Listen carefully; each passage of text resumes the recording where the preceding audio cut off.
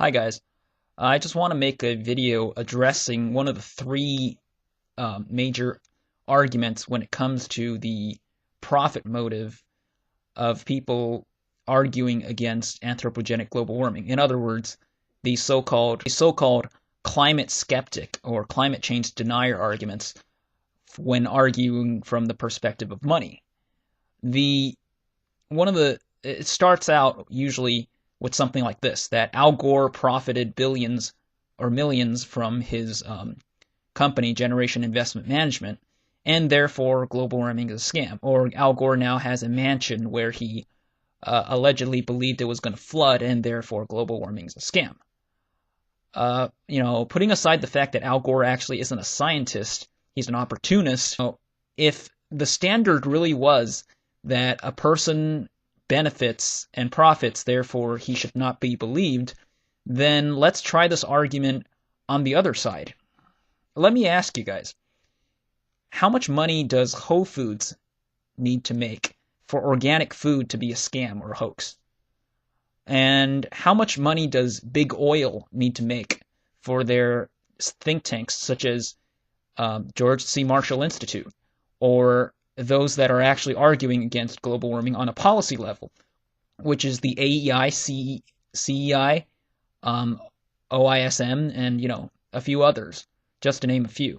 If your argument is that somebody benefits, therefore I'm not going to believe it, then why don't you hold that standard to oil companies and their mouthpieces? Follow that a little more. How much money does Elie Wiesel or Herman Rosenblat have to make for the Holocaust to be a scam? I don't hear anybody making that argument.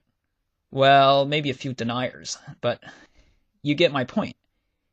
None of you who challenge climate change on the basis of profit motives would ever say that because Herman Rosenblat and Elie Wiesel is making millions of dollars, therefore the Holocaust didn't happen.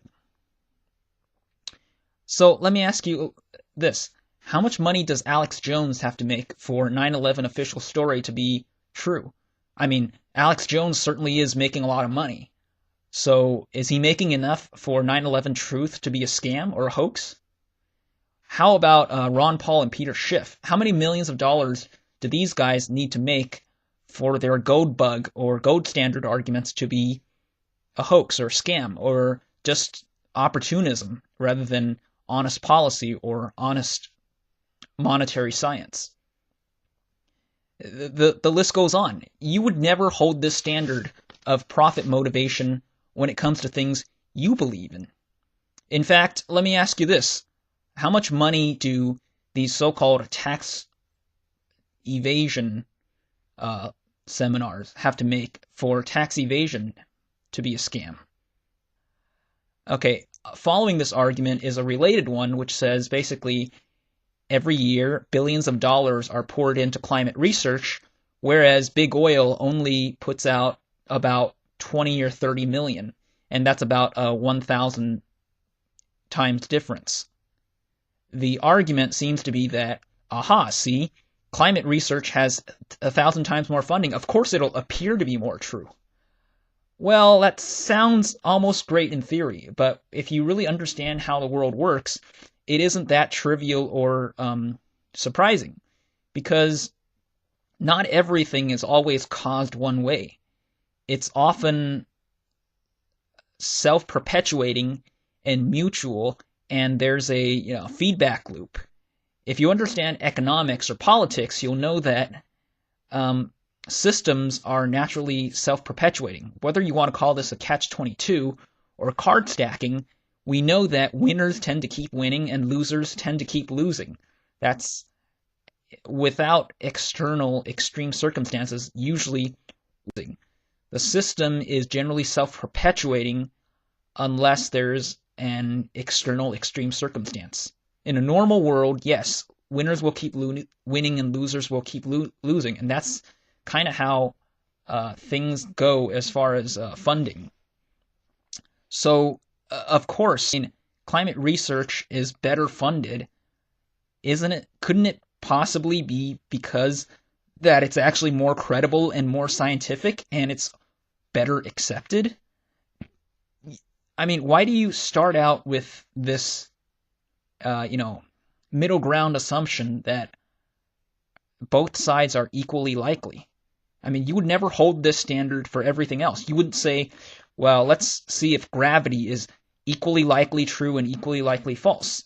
Or let's see if cell theory is equally likely true and equally likely false. You would never do that. You start with what you have the most information to support.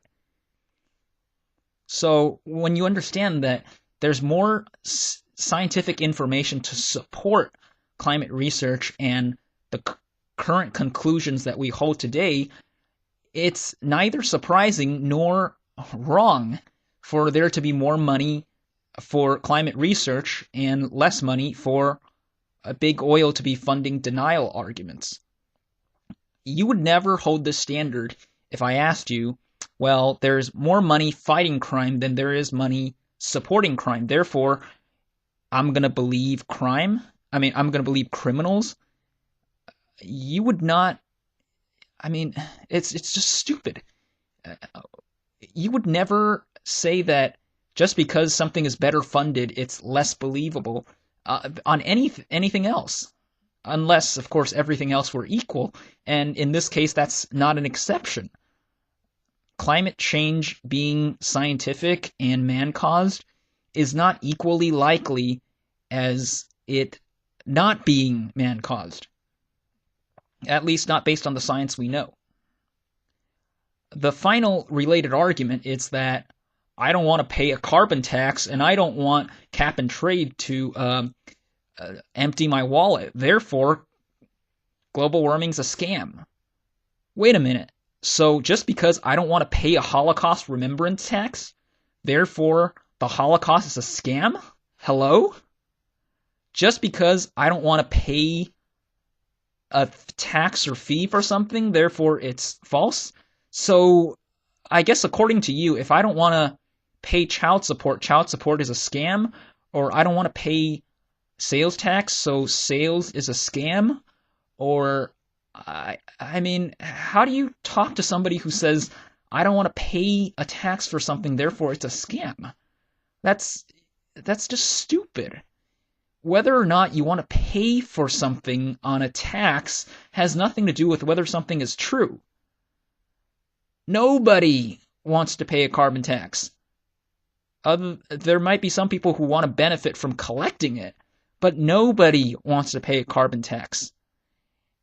Not everybody agrees that a carbon tax is the only way to address or understand the problem of climate change, if that's a problem at all. But just because you don't want to pay a carbon tax does not mean global warming is therefore a scam. So please, know the difference between I don't want to pay a tax for something and something isn't true. All right, guys? Please. Thank you.